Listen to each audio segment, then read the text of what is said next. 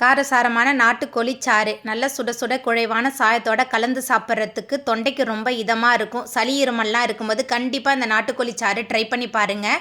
Mixie ஜாரில் 20 சின்ன வெங்காயம், பொடியான இருக்கிற ஒரு தக்காளி, 1 டேபிள் ஸ்பூன் மிளகு, 1 டேபிள் ஸ்பூன் சீரகம், ஒரு கை நிறைய கருவேப்பிலை சேர்த்துட்டு கொரன்னு அரைச்சி தனியாக எடுத்துக்கலாம். குக்கரில் சுத்தம் பண்ணி வச்சுருக்கிற நாட்டுக்கோழி கூடவே 1 டேபிள் ஸ்பூன் இஞ்சி பூண்டு விழுது, தேவையான அளவுக்கு கல்லுப்பு, நாட்டுக்கோழி வேகிறதுக்கு தண்ணி சேர்த்துட்டு குக்கரை மூடி 5 விசில் வர அளவுக்கு வேக வச்சு எடுத்துக்கலாம்.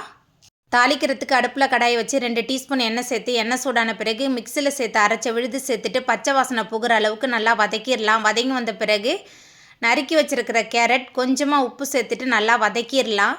நல்லா வதங்கி கேரட் பாதி அளவுக்கு வெந்து வந்ததுக்கு அப்புறமா குக்கரில் வேக வச்சுருந்த நாட்டுக்கோழி அந்த சாரோடையே சேர்த்துக்கலாம். சேர்த்துட்டு நல்லா கலந்துட்டு கொதிக்க விடலாம். எல்லாமே சேர்ந்து நல்லா கொதிக்க ஆரம்பித்த பிறகு இதில் 2 டேபிள் ஸ்பூன் மிளகுத்தூள் சேர்த்துக்கலாம். கூடவே ஒரு கை நிறைய கொத்தமல்லி சேர்த்துட்டு நல்லா சூடான சாதத்தோட பரிமாறி பாருங்கள். தொண்டைக்கு ரொம்ப இதமாக இருக்கும் நாட்டுக்கோழி சாறு.